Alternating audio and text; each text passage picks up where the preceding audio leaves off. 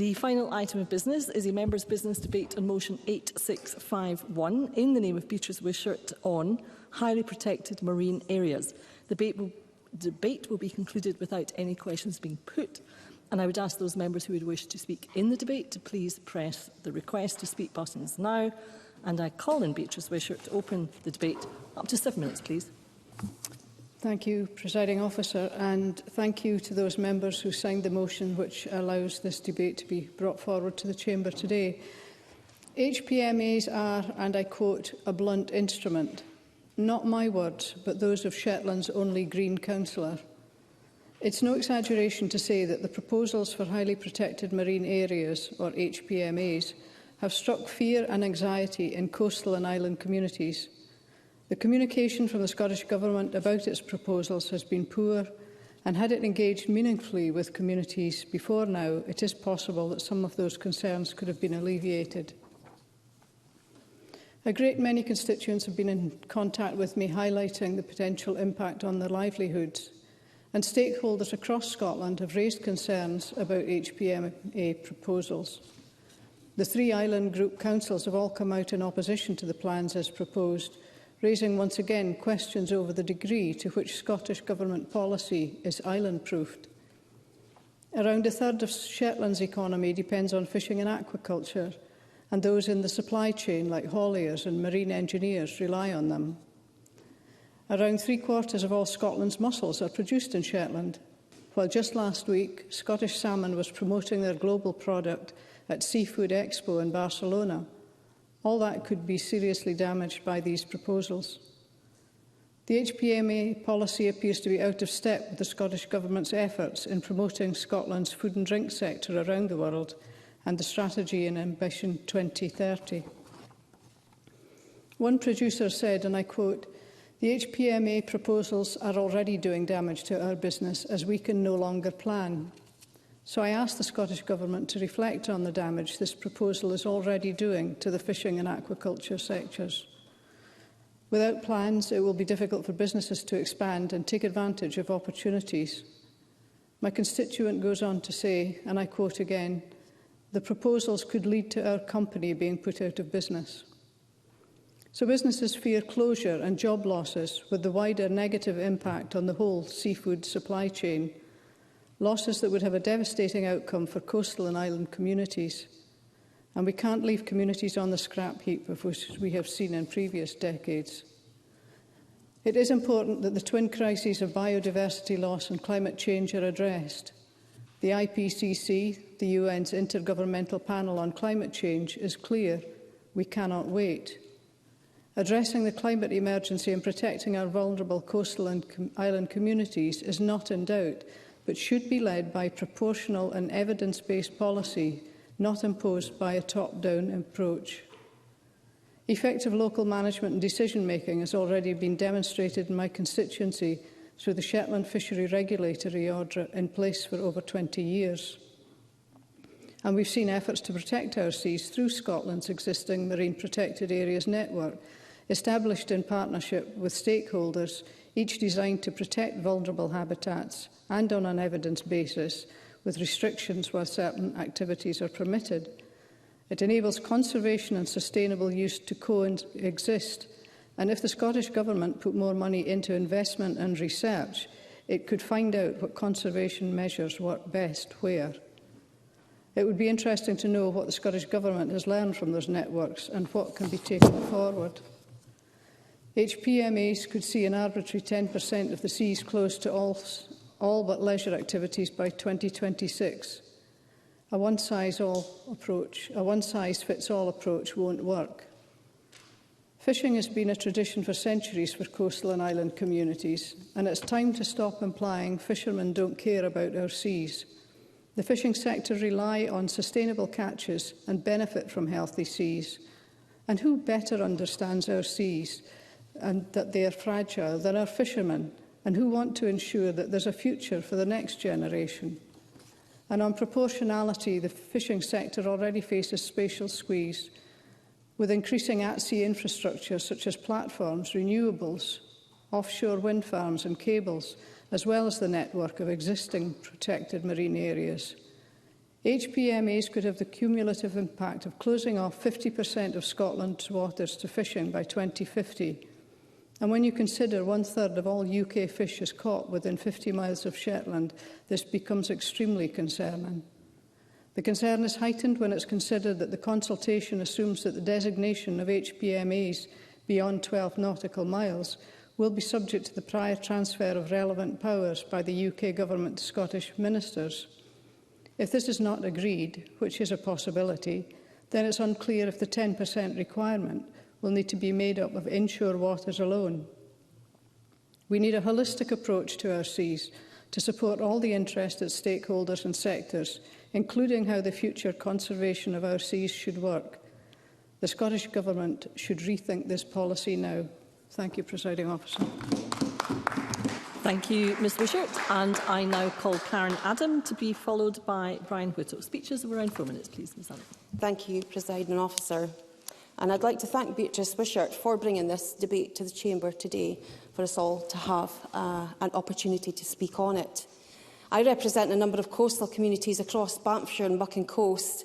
In recent weeks, a number of constituents of mine have contacted me on this issue, and I have held meetings with a range of stakeholders, including fisheries, to gauge their thoughts. And it is clear to me that there are significant concerns among stakeholders of the blue economy regarding highly protected marine areas. I welcome the First Minister's recent commitment to not impose upon any community a policy to which they are vehemently opposed. And last week, I asked the Cabinet Secretary for Net Zero and Just Transition to echo that commitment. In response to my question, she told me she was happy to reiterate the First Minister's commitment and that she firmly believes you don't impose policies on communities. I am grateful for her reassurance, although we do need clarity on how these communities will be defined and how we will gauge their vehement opposition. And we do need it urgently. Only today we heard of delays in the purchase of vessels as a result of the lack of certainty. We must avoid the ambiguity and uncertainty that the Tory pursuit of Brexit saddled already on our blue economy. Many lives and livelihoods across our country, particularly in the North East, depend on fisheries and a meaningful contribution they make to both the culture and economy of Scotland. Over the last number of years, fishers have had to battle with the cumulative impact of the pandemic, Brexit and the post-Brexit immigration issues. One fisher in my constituency told me earlier today, Brexit has been damaging to the industry with all of the additional administrative costs, and it is prevalent today as it was in 2021. HPMAs cannot be introduced without the support of local communities because that's where the damage would be caused. We're being driven by an urban agenda with little consideration on the impact of our rural communities and way of life.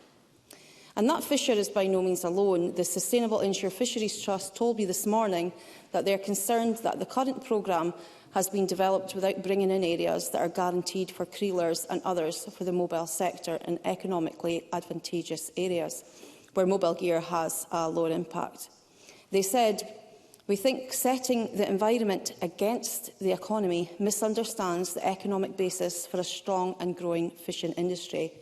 We can either fail on both fronts or bring in the kind of spatial planning which will let us succeed on both.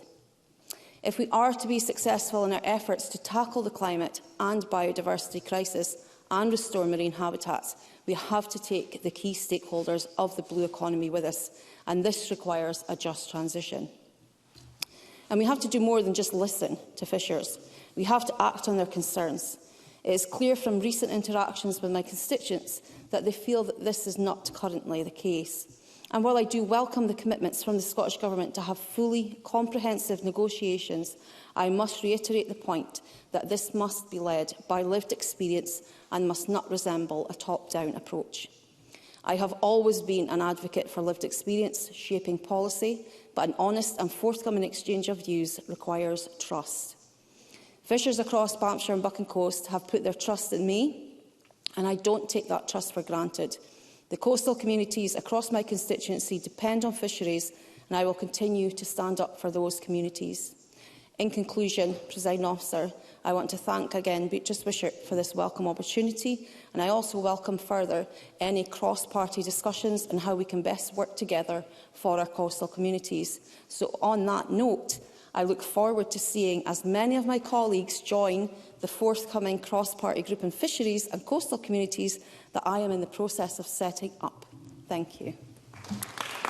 Thank you, Ms Adam. I now call on Brian Whittle to be followed by Alistair Allen. Mr Whittle. Thank you, Deputy Presiding Officer. And can I thank Beatrice Wishart for bringing this really important debate to the Chamber. The marine ecosystems worldwide store and cycle an estimated 93% of the Earth's CO2. Seagrass sequestration of carbon is 35 times faster than that of the rainforest, and also provides a fantastic renewable food source that must be managed properly if we are to maintain food security. However, the poor launch of the Scottish Government's HMPA consultation has highlighted the need to look at our blue economy with respect to a just transition in more detail. What we needed was direct consultation with communities and allowing local communities their say.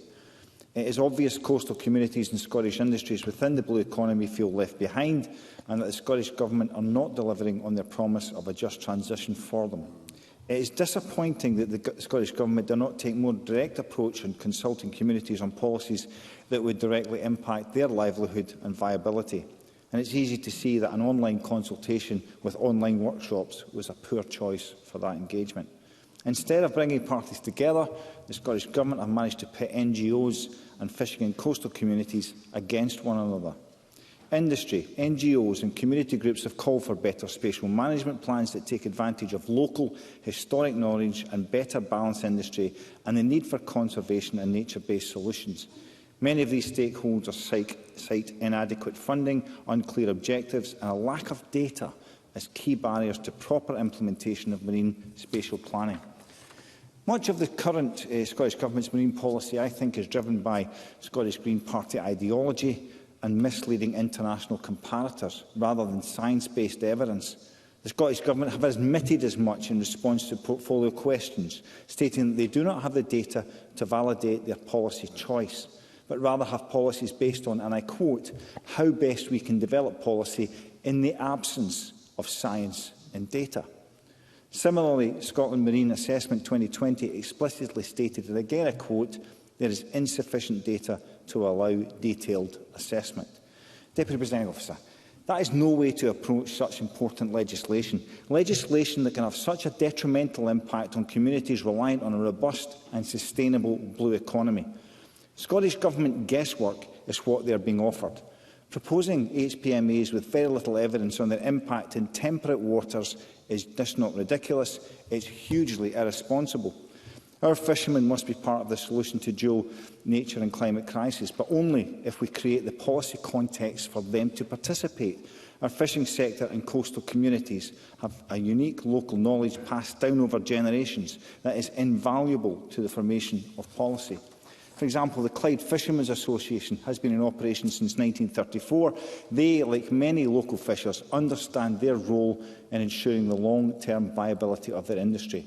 For example, the CFA have advocated for a weekend fishing ban in their local area and engaged proactively with Marine Scotland in the formation of the Clyde MPAs to support healthy fishing stocks. Their practical knowledge is instrumental to their advances in gear selectivity on significantly reduced bycatch. We must draw on an extensive knowledge base from across the industry. The people who understand the sustainability of our seas most are those who gain their livelihood from it. They have been doing that for decades, Deputy Presiding Officer. Furthermore, there is a body of evidence to suggest investment in the seaweed sector can also help us achieve our net zero goals and improve our marine habitats. This is similar to Scotland's forestry sector and their approach to tree cultivation to lock in carbon as we produce other projects. During the duration of their cultivation, the farms can also produce a temporary habitat which has been shown to act comparably to wild nursery habitats.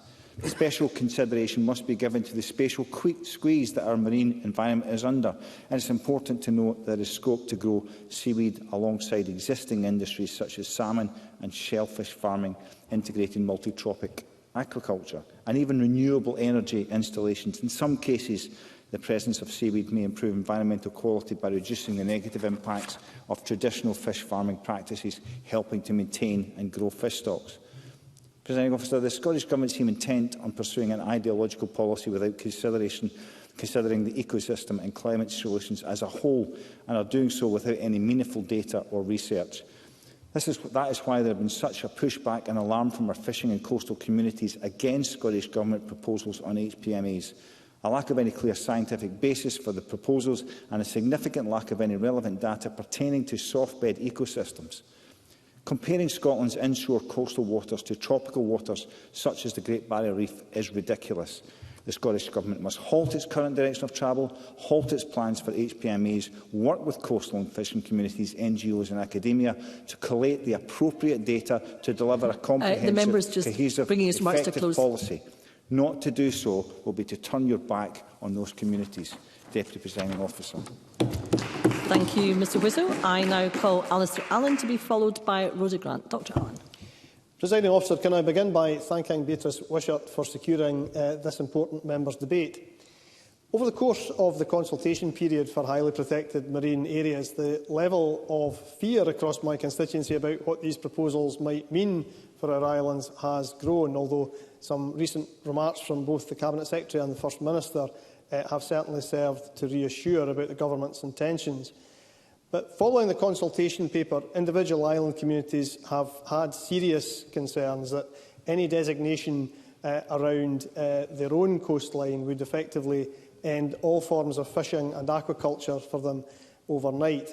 And while it is important to say that it is only 10% of Scotland's seas which would be affected by the proposals, the difficulty is that no indication is being given yet of which areas are to be affected, and every community therefore presently fears the worst. There is time, I believe, to address those fears if we act, as I believe the Government is willing.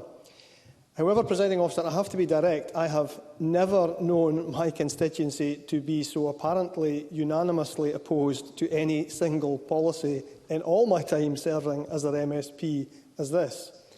And it's not just those involved in the fishing industry.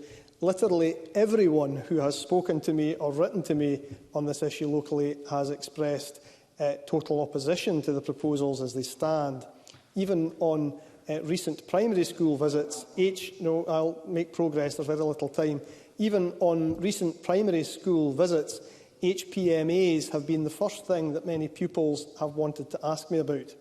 My own consultation response details many of the concerns expressed to me by constituents about the potential ramifications of these proposals locally, and so I will not attempt to cover these in detail in the little time available. However, the key question is, in the case of a local HPMA designation, what would that mean economically to the coastal communities so affected? On the West Coast, many fishing vessels are too small, realistically, to work further afield. Even if they did, creelers would face the task of re-establishing grounds to work, and fish processing would be unlikely to have a future in any community potentially where fishing and aquaculture had come to an end effectively.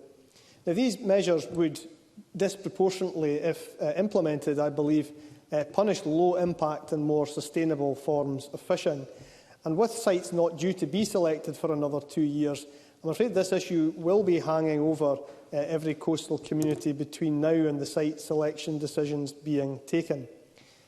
Fishers and others who rely on the sea to make their living fully recognise the need to tackle biodiversity loss, and that loss is certainly real.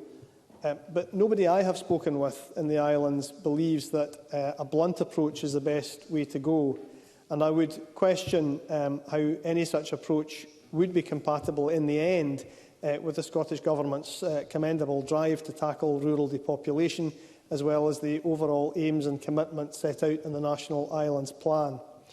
So when officials finish processing responses from the HPMA consultation, I believe, I cannot prove this, but I believe that they will find islanders from all walks of life and all political persuasions fairly united in the Western Isles, in any case, to the proposals as they currently stand. And, Presiding Officer, to conclude, I know that the First Minister gets this, as does the Cabinet Secretary. I'm very grateful for their commitment that HPMAs will not be imposed on communities who do not want them. We all know that the consultation responses will show anger and opposition, but they will also show our coastal communities passion and positive ideas for growth and sustainability in the islands. We can have that conversation, with the starting point being the Government's welcome commitment not to impose HPMAs on communities which view them as an existential threat. Thank you, Dr Allen. I now call Rhoda Grant to be followed by Fergus Ewing. Ms Grant. Thank you, Presiding Officer. I would also like to thank Beatrice Wishart for securing this debate. This is an issue that's caused great consternation in fishing communities. The Scottish Government has told them that their future is at stake and expects them to take that quietly. Fishing communities have harvested the seas for generations. It's their living. It's not in their interest to harm their own livelihoods. But the Scottish Government, with the arrogance of imperial masters, tell them they know best. They know their seas better than the people who have fished them all their lives and depend on that knowledge of the sea for their very survival. It's little wonder they're angry and that they write in protest songs and that they simply won't accept this.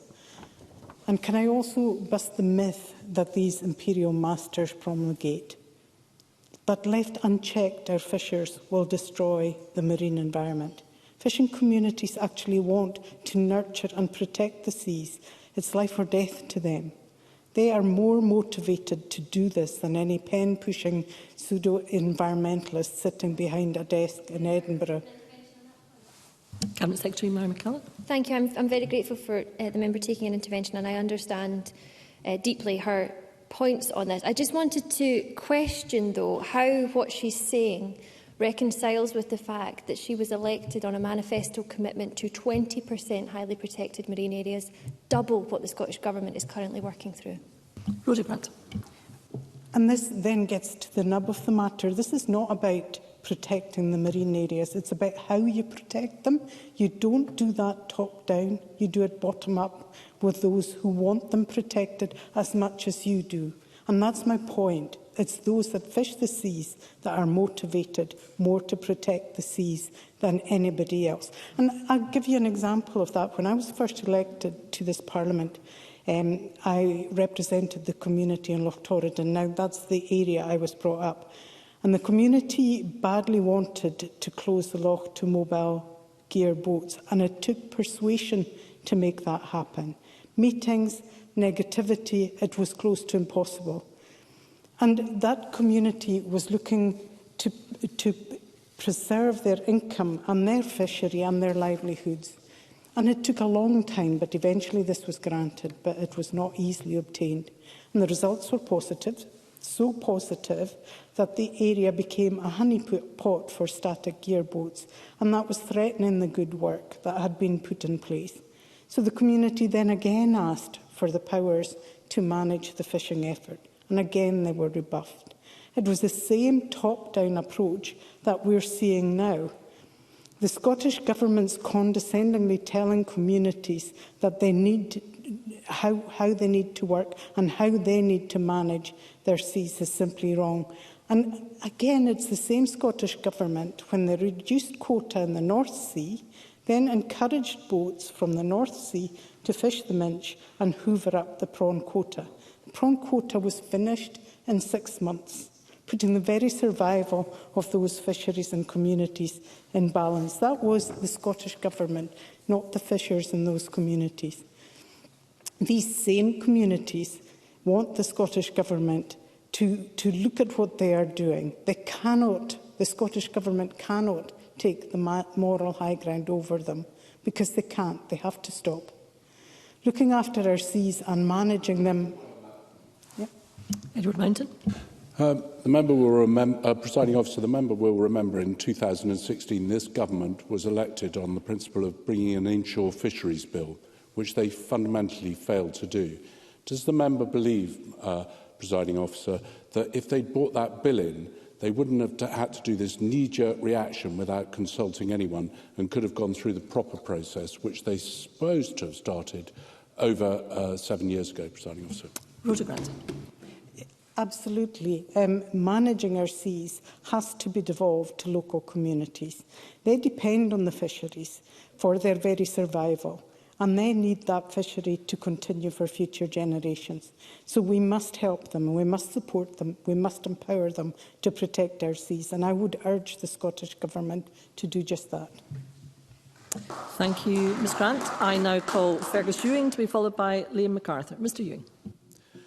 Thank you, Presiding Officer. I warmly thank Beatrice Wishart for bringing this debate and the opportunity to speak in it here today, and I congratulate her on her excellent contribution and enjoyed listening to all members speak thus far. Presiding Officer, I've spent 49 years campaigning in various capacities to support, to provide succour to our fishermen and fishing communities throughout Scotland, starting off as a schoolboy campaigning for our mother in 1974 when she successfully won Murray and Nairn from then Gordon Campbell, and she thought that she had the fishing community on her side during the campaign.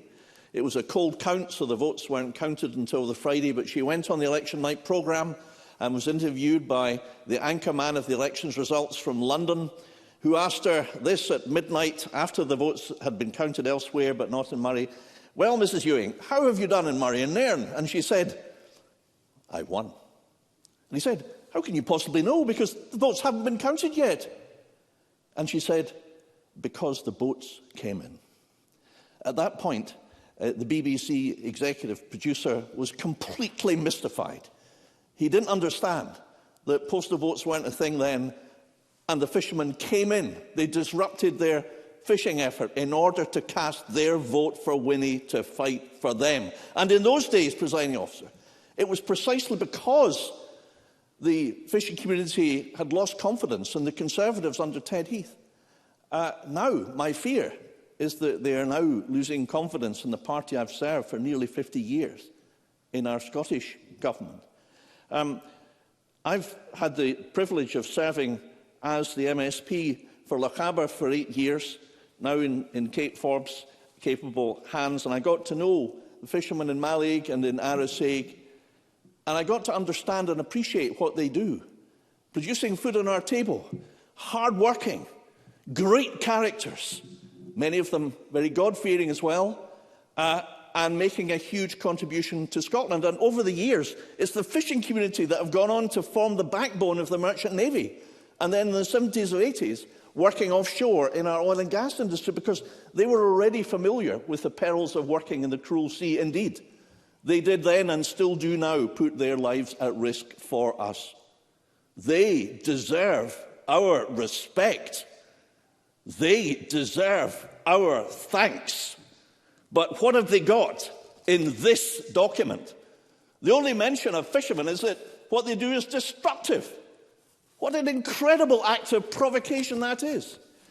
Presiding Officer, I've got a list of questions here about this consultation document. Some have been asked already. Why didn't the government sit down with fishermen at the beginning? Work with them, as Beatrice said, and local management to learn what they do. After all, no one's got more interest in fishermen than preserving stocks for the future, for their family coming on. No one knows more about it than they do. You can't convince me that an academic working in a university behind a typewriter knows more than the fisherman working the sea. So, where do we go from here? Well, Presiding Officer, I do think, and I've urged the Minister already to do this, I know she's rejected it, but this will haunt the Scottish Government, this issue. This will not go away. This is not a consultation document. It's a notice of execution, together with the inshore cap and the special marine features, which are really putting the fear of God into our fishermen. And the collective impact of all of that means that the anger, as Dr. Allen has already said, is palpable. And in 49 years, I have not come across anything like it. So, the Minister should withdraw the document, apologise, get round the coast, go round all the fishing ports, or most of them, as I have tried to do in my time. And then she should go back to the drawing board and work with the fishing communities. And in the meantime, in conclusion, Presiding Officer, with regard to this document, I've got 3 suggestions to make about what to do with it. First of all, put it in the burgeoning policy recycling unit, along with the advertising ban and deposit return. Secondly, if you prefer, use it as a firelighter. But thirdly, what I think, and in doing this, I think I'm summing up the views of the people I've worked for and value and cherish for nearly 50 years. This is what to do with it, Presiding Officer. This is what to do with it. I do it now. That is what the people of Scotland, who have great affection for our fishermen, want to happen, and what should happen, and what I believe will happen at some stage or another. Thank you, Mr Ewing. I now call Liam MacArthur to be followed by Emma Harper. Mr MacArthur. Thank you very much, Presiding Officer. Can I join others in thanking my colleague Beatrice Wishart, not just for allowing this evening's debate, for the tenacity she's shown in terms of articulating many of the concerns we've heard here this evening, and on behalf of her own Shetland constituency. I'm a great fan, always have been a great fan of members' debates. I've participated in many in recent times for the privilege of chairing a good many as well, and I think often they're underestimated. I think anybody tuning in to this evening's members' debate will be left in no doubt whatsoever about the powerful message they can often send. And I think we've heard to date from each of the speakers about the response to these proposals on HPMAs. We're seeing them in coastal and island communities right around Scotland. I think Dr Allen's absolutely right in terms of the reaction in his constituency. It's echoed very much, I think, in my own constituency. There's an anger, there's a confusion, but equally there's a determination and absolute resolution to see off these proposals for very good reasons that I will come on to. But I think Karen Adam was also right to point out that they are already having an impact in terms of the uncertainty that they've created. And similarly, I think Brian Whittle was right to say that, in a sense, they've made it far more difficult to come to a resolution at the end because emotions are running so high that the faith and the confidence there is within our island and coastal communities has been undermined. And I'm happy to take an intervention. Brian Whittle. I'm very grateful, Member, to take an intervention. Would you also agree with me that it is impacting the ability to recruit into the sector as well because of the uncertainty that this bill is bringing? Liam MacArthur. I very much agree. I think that was the point that Karen Adam was making, whether it's coming into the sector, whether it's people seeking to buy new vessels, that uncertainty cannot be anything other than a bad and a damaging thing. And I think it's the combination of the blunt and arbitrary nature of the proposals, the combination of the 10% on the one hand, which, as Alistair Allen reflected, has everybody suspecting that they may be part of that 10%, but also the deadline of 2026, which, in terms of what the government is seeking to achieve here, is a ridiculously short time frame. It seems entirely arbitrary on the basis of when the next election falls. And I think that is driven by the fact that the whole commitment emerges from a Butte House agreement that rides roughshod over the development of policy that there has been over many, many years. The fisheries strategy from 2019 will have been an iterative process through engagement with the sector, through the engagement with stakeholders, through the development of evidence. And I think what has happened within the equivalent of smoke-filled rooms in Butte House are, is something that is wholly arbitrary. The evidential base is just not there. The message from government for years has been about local management, about local control, about local engagement. And what we're seeing, and I take my own Orkney constituency as an example, is fishers who absolutely recognise that their sector is reliant on a healthy ecosystem and a healthy marine environment. It's why they've been working with research academics, with environmental groups on a range of conservation initiatives over recent years. And to have this top-down approach then imposed upon them has left them absolutely baffled.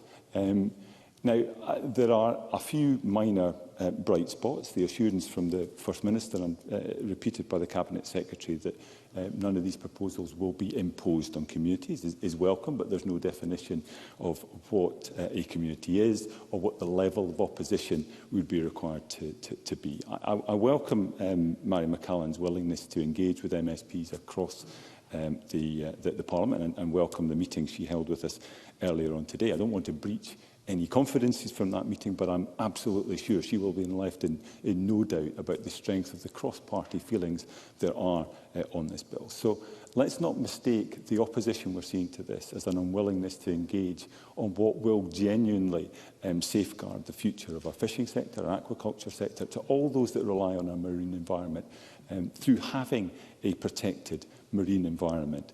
But let's not also be in any doubt that the government will be able to find a way to railroad through these proposals on the basis of the Butte House Agreement, because they will not have the numbers in this Parliament. I look forward to the remainder of the debate. I look forward to participating in tomorrow's debate. I don't think we can give this issue enough focus at the moment. But again, I thank Beatrice Wishart for giving us this opportunity to reflect on these concerns. Thank you.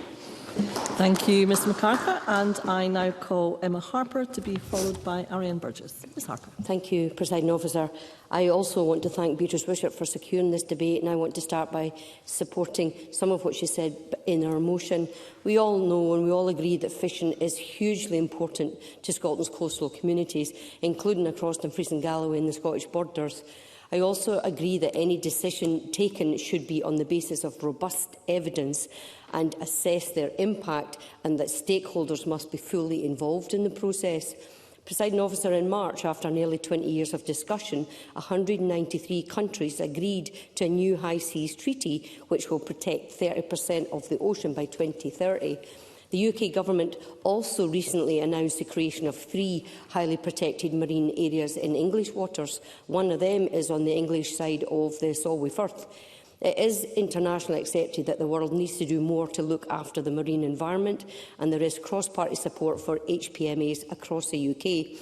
However, the process by which this is achieved must be carefully managed, and people's livelihoods, indeed their way of life for many of our coastal communities, must be considered and even protected, and any change must be in full consultation with these communities. I know that there is a vast amount of work that needs to be done before any location is decided upon, and I would ask that acceptable socio-economic impact should be a key indicator of a successful outcome. And as it stands, the policy framework seems to be a bit unclear, based on the feedback that has been provided to me, to what degree designations within the Scottish inshore region would contribute to this overall 10% target that applies to both inshore and offshore regions. Galloway is home to many inshore fishers who fish in the Solway and the Irish Sea and beyond. Scotland's inshore waters extend from the coast out to 12 nautical miles, with a concentration of fishing taking place within 6 nautical miles. And there are over 2,000 active Scottish fishing vessels, and 3/4 of them fish primarily in inshore waters. And the inshore fleet is diverse, and it includes trawlers, creelers, netters, dredgers and divers. And we should absolutely thank them all for putting food on our tables.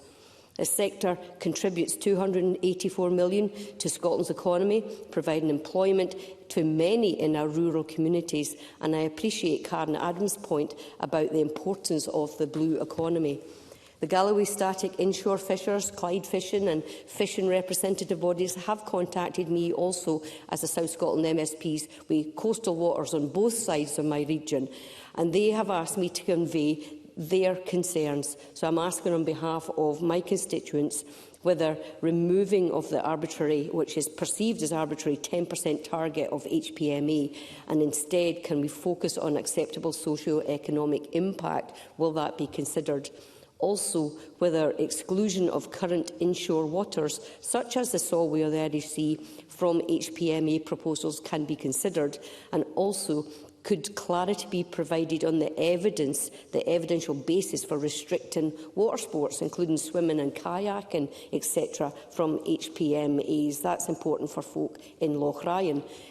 I also asked the Minister for a commitment that before any HPMA is enacted, that our static and mobile gear fishing communities are properly consulted with, and that their concerns will be addressed.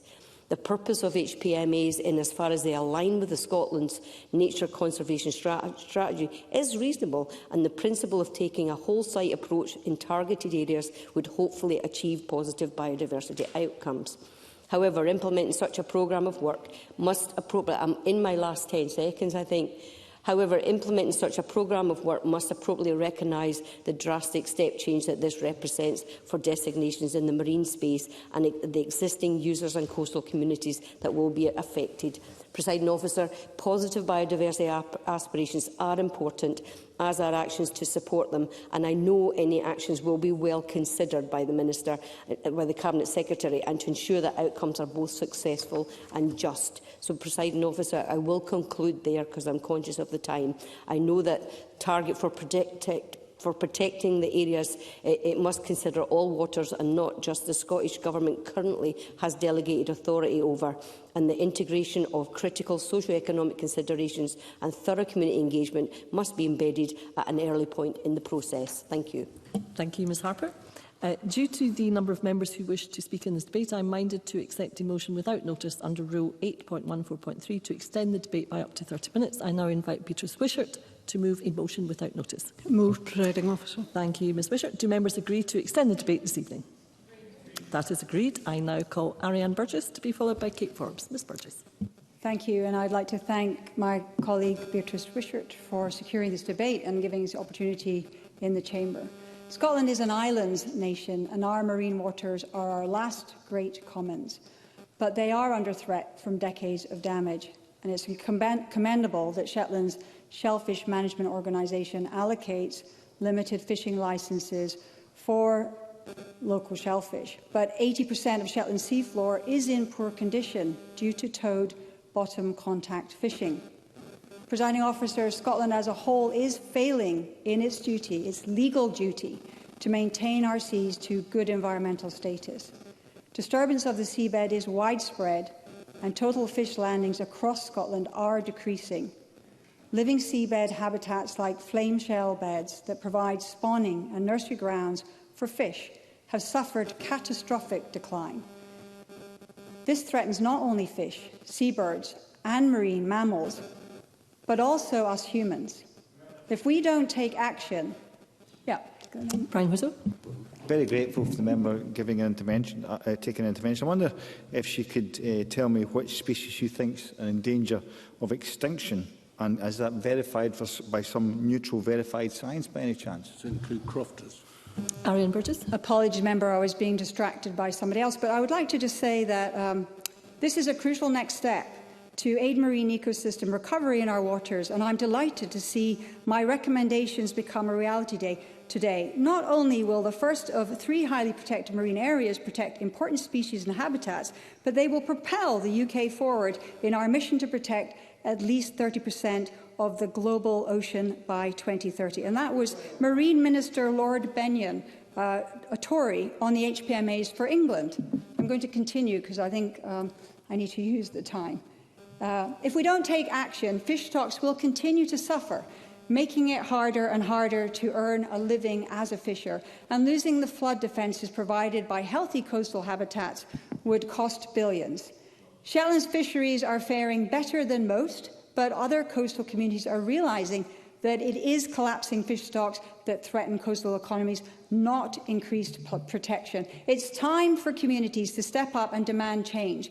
And in the continuing months, coastal and island communities can continue to shape the ocean recovery network of our highly protected marine areas. The Cabinet Secretary will hold meetings and workshops. Marine Scotland assured me that the coastal communities will be central when they get together in a room with maps and draw them out in a very collective manner. There will be a second public consultation on locations, and anyone will be able to submit proposals for sites. We should go further. We need a process for communities to meaningfully input into wider spatial plans for their inshore waters, which could include HPMAs as part of a package of measures that works for each community. And it is about the whole package. Fishing is indispensable, but it makes up just 6% of marine economic value and 7% of marine employment. Our coastal economies are a rich tapestry, including recreation, hospitality, tourism and shipping, and the increasingly growing sector of nature restoration. And many of these will benefit from HPMAs, just like in Arran, where the Lamlash Bay no-take zone has increased both tourism and catches of lobster near the HPMA zones, and where we also hear that generally the ecosystem is flourishing. Lamlash Bay is demonstrating multifaceted benefits from high protection. It should be recognised and funded as a formal pilot. But we can also draw on the ample international evidence, including benefits for fishers outside HPMAs in California, Florida, New Zealand and the Mediterranean, where the fishers asked for them to be brought in.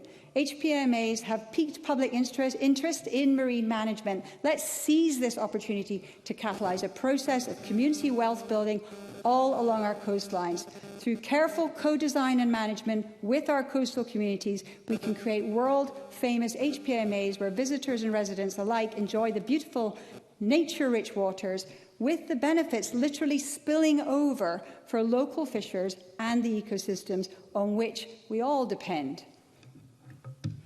Thank you, Ms Burgess. And I call Kate Forbes. Thank you, Presiding Officer. I can't think of a more important issue to speak on as my first speech from the backbenches since 2018.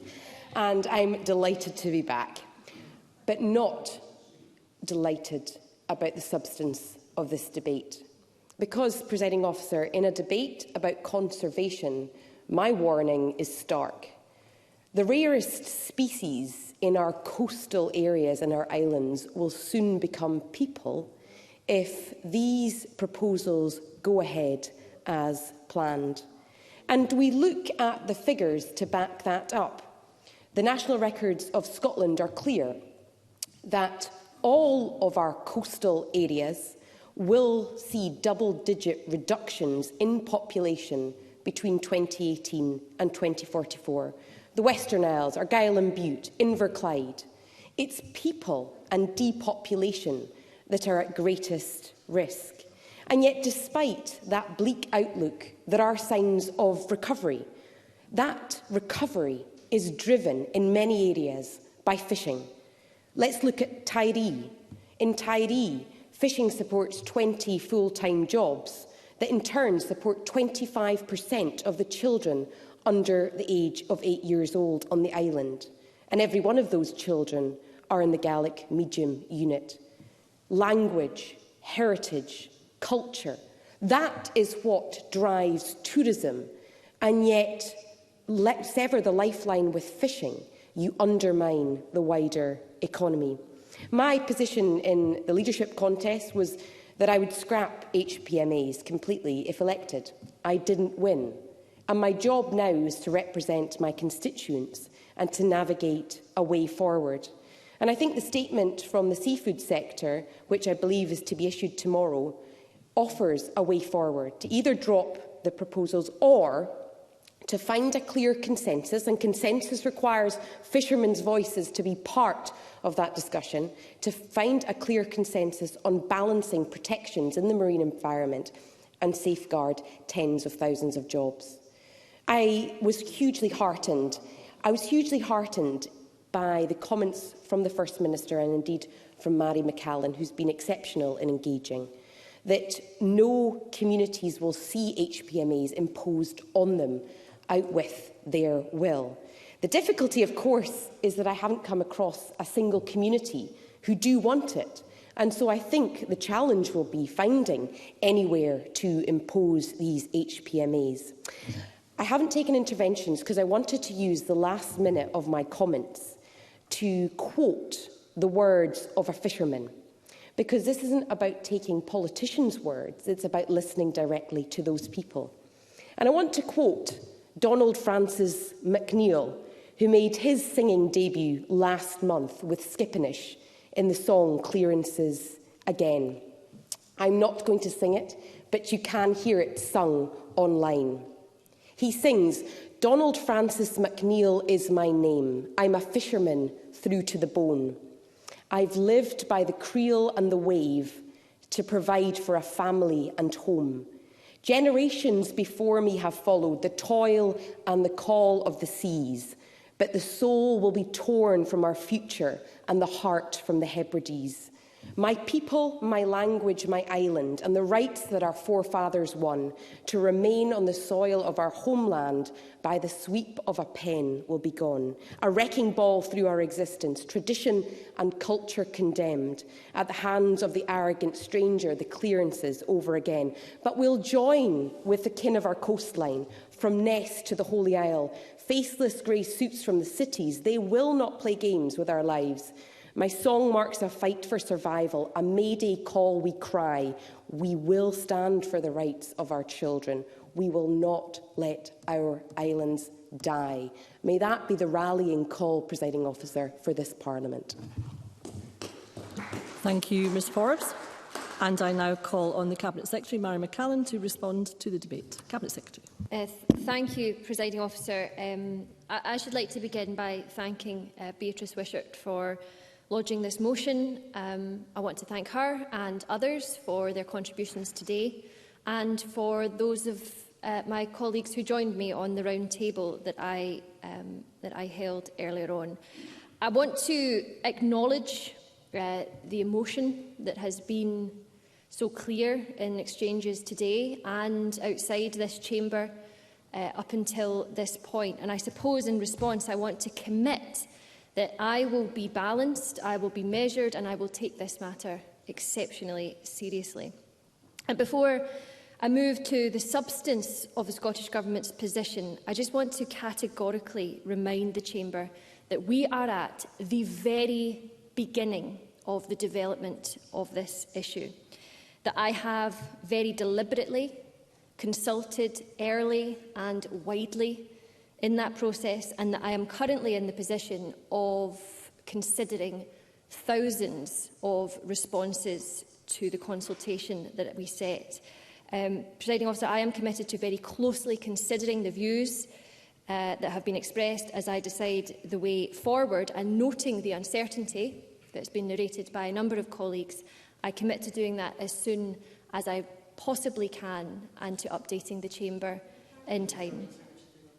I'll take Rachel Hamilton and then Rachel Hamilton. Thank you very much for taking the intervention. It's just really to put the Chamber in the picture of how long this, the readings of the responses might take. So how many consultations did the Government receive, and how long do you think you might be able to get through those? Cabinet Secretary.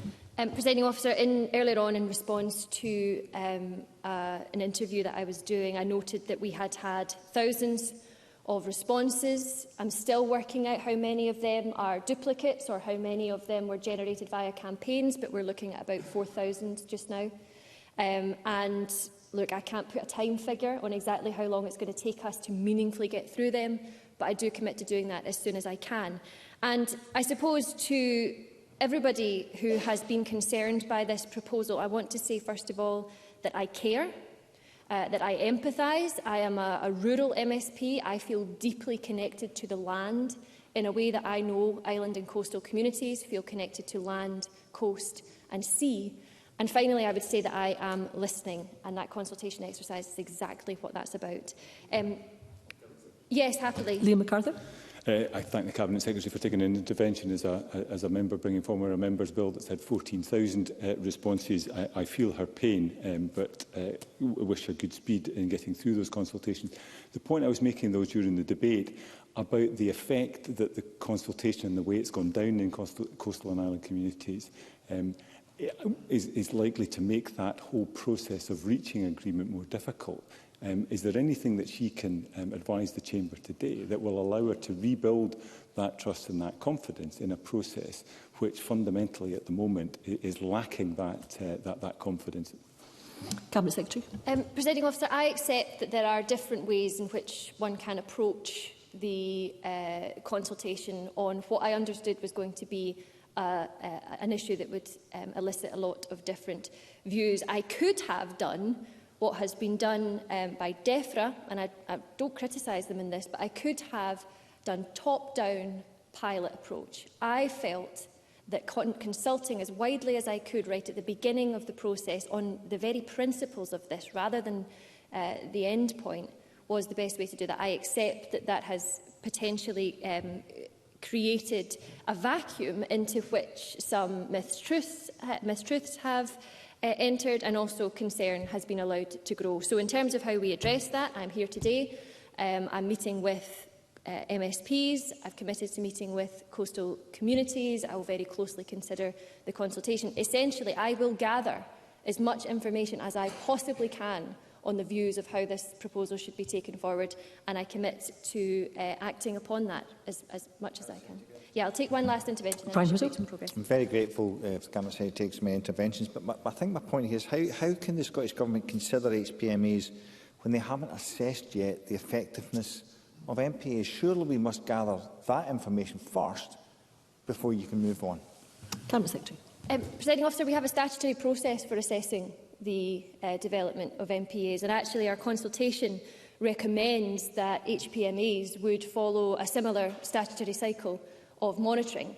And that brings me to the point that we know that, first of all, the IPCC is very clear that we are in a climate and nature emergency. Most recent assessments of the state of the marine area, both in Scotland and the UK, have demonstrated that I think in 11 out of 15 indicators of good environmental status, we are failing. And of course, all of that's happening on a backdrop where we know that the oceans store around 25% of the carbon dioxide emitted by humans and 90% of the heat from human-caused climate change. Recent research shows that none of us can deny that whereas we need the ocean to help us maintain equilibrium in the natural world, the seas are reaching their capacity to assist us in that, and that is because of human impacts on them. So if we do not protect our seas, they will not be able to protect us. And that is a fundamental truth, but what is also a fundamental truth is that the actions that we take in response to that science, in response to that emergency, they must be carefully considered, they must be fair, they must be just, and in this case, they must be developed hand in hand with the people who are affected by them. And that is exactly what I am seeking to do. And of course, I should say that that idea that our economy and our environment are not in opposition with one another, but mutually inclusive of each other, is exactly at the core of our Blue Economy vision, recognising that economic prosperity and the well-being of our people are underpinned by nature and are not external to it. And, Presiding Officer, if there is anybody who understands that fact more than anyone, it is the people who live in our coastal and island communities who are socially, economically and culturally linked to our seas. And that's why it's been so important to me that they have been involved to date and that they will continue to be involved. Now, Presiding Officer, I am conscious of time. I did want to take as many interventions as I possibly could. But I suppose to conclude, this debate has raised many important points. I think we all recognise the importance of Scotland's coastal and island communities and the industries that support them. We recognise the importance, the indispensable value of working with them as we develop the policy. But at the same time, we must all recognise the threat that our environment is under. Every MSP in this chamber was elected on a manifesto which committed to protection of our environment. My colleagues in the Labour Party committed to 20% highly protected marine areas, and the Conservatives to piloting highly protected marine areas. There is agreement on the fact that marine protection is required. My job, which I take very seriously, is to make sure that we achieve those aims, but that we do it hand in hand with the people impacted by them, and I commit myself to doing that. Thank you, Cabinet Secretary. That concludes the debate, and I